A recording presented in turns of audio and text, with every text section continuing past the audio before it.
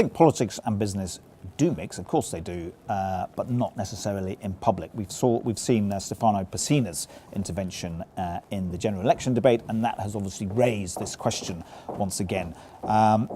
In private, yes. In public, no.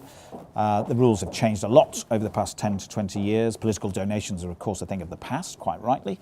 But even today, businesses do need to engage with government, but they've got to do it really in private. That's the most constructive way, because if you think about it, the risks that you're taking when you stand up and talk about, say, the Labour Party being a disaster, how do you know that your customers agree with that? How do you know your shareholders agree with that?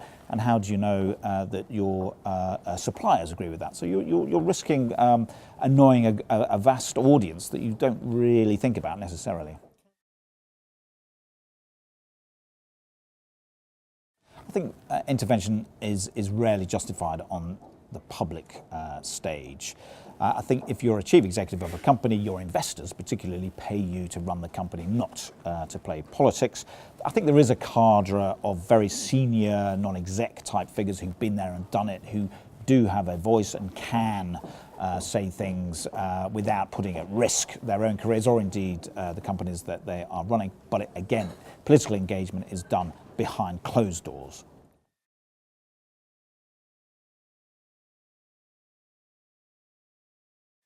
The media is never going to be that sympathetic to a chief executive who stands up and may well say something that they think is perfectly obvious, perfectly common sense. But what the media then do is report not just those comments, but the subsequent row. And in politics, that's what stories are. They're generally row stories between one politician or another, or one politician and a business leader.